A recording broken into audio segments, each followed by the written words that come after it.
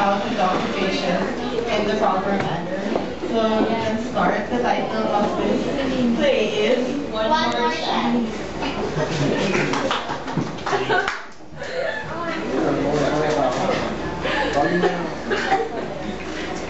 Hi, honey. Hi, Ang pagi-pagi mo naman yan. Honey, alam mo? Honey, alam mo, mahal na kita. Tsaka alam mo, honey, hindi ko kayo mula. Sagot ko. Bakit naman mawawala sa buhay mo, Hay? Ikaw lang naman ang mahal ko. Yeah. Sige, honey, ingat ka. Punta ka ng work.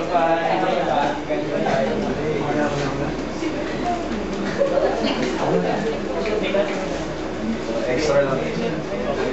Pare, natakot ako. Bakit? Meron nata akong ano eh. Ano? Sa ano? Ay, bakit ang inumin mo? Meron ka nun? Pare, pa-check up ka na. Delikado na yan. Tanawin, doktor. Sige. O, Diyan, kumusta? Gusto ko rin ako high school friend ko. Oy, doktora. Subject number. Kukonsulta po sana ako eh. Meron po ako. Sa ano? Discharge ka? Oo. Sige nga, patingin na.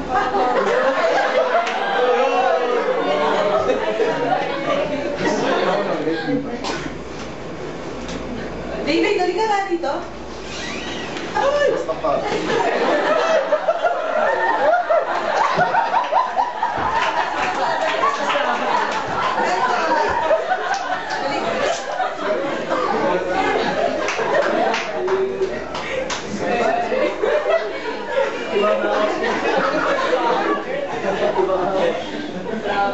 Sir, huwag ka tumalikod.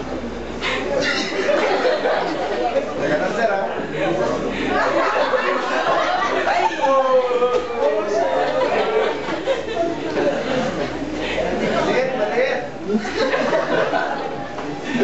Okay na. Doktor, ha? Okay na po. Thank you. Pasensya ka sa assistant mo na ganun talaga. Maalam mo malaman ano ba talaga nangyari sa'yo. Kasi po, ganito po yung nangyari.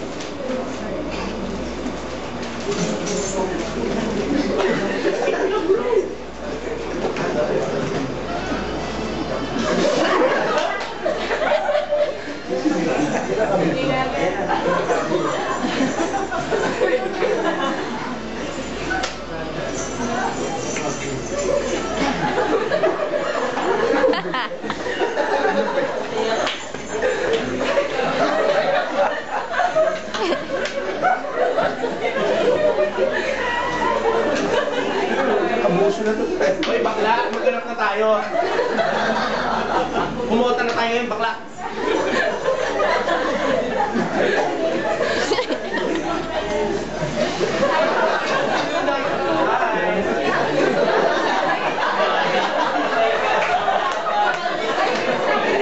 Ayan, may pangkuha. Safe na ba tayo dito? Ay, maaari ka na. Ito na yung papa dun, oh. Tara. Ayaw dito, no? Kaya trip, medyo... Hoy, tabi dyan. Kailangan ko ngayon, eh. Ano ba to? Ano ka nandito? Baka ano, may briefings na kasi. Basta yung sa papa, libre.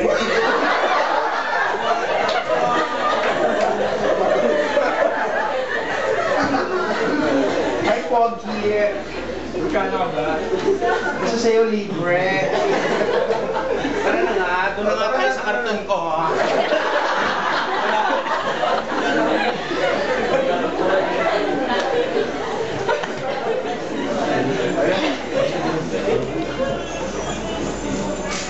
Doktora, ganun po talaga yung nangyari. Hindi ko po naiwasan, tawag lang po ng laman.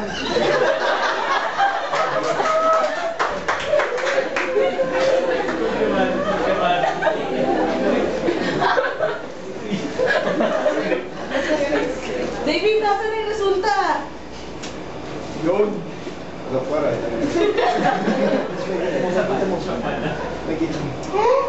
Tama hinala natin. When it comes to evidence and infection. Oh, doktora, paano ba yan? Hindi po pwede malaman ng asawa ko yan.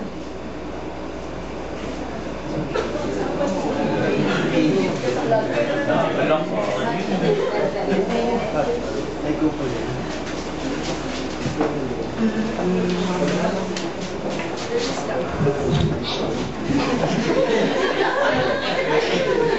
Abby, kung ikaw si Dr. Calderon, ano gagawin mo?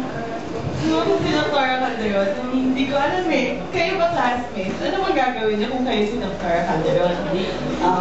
Can you get the opinions of anyone in the class?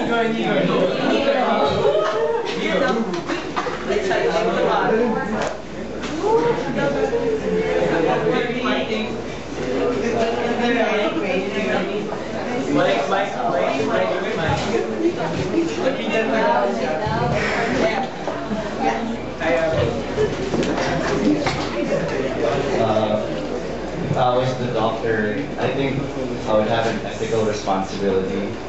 If first, well, from my experience in the States, whenever you have patients,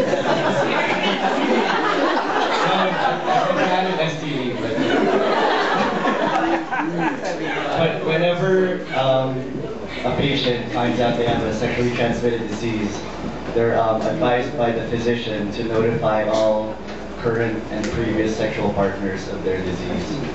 So, well, I guess as a physician, I wouldn't have access to that information, so I could not really notify their current or previous sexual partners concerning their disease. So, I guess ethically, it's just my role to advise my patient on what they should do in order to prevent the spread of the said STD.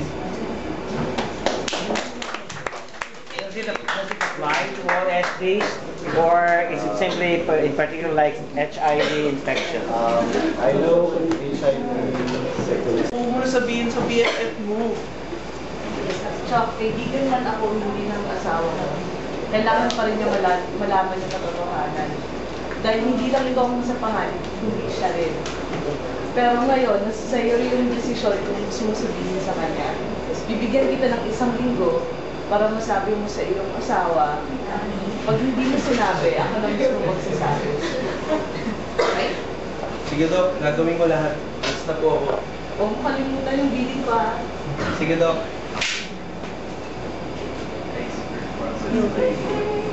Ani naman! Pagod na. Pagod tong araw na ito. Gusto mo na massage? Pwede rin.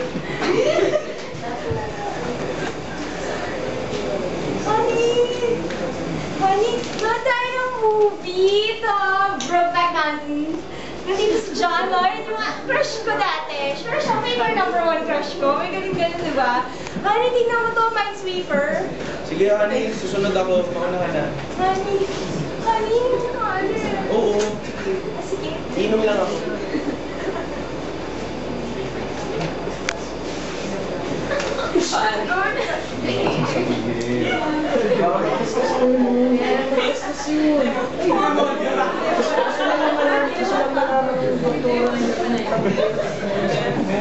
May demonyo, umalis ka nga dito. Alam mo, Chuck, sa akin ka makinig. Alam mo, mahal na mahal ka ng asawa mo. Kaya sabihin mo na sa kanya ito, kailangan magpagamot kayo pareho. Yung ano. Masama dito? Anong group pa kayo?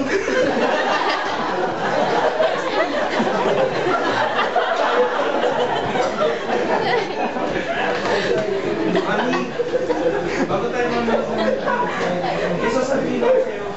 Honey, honey.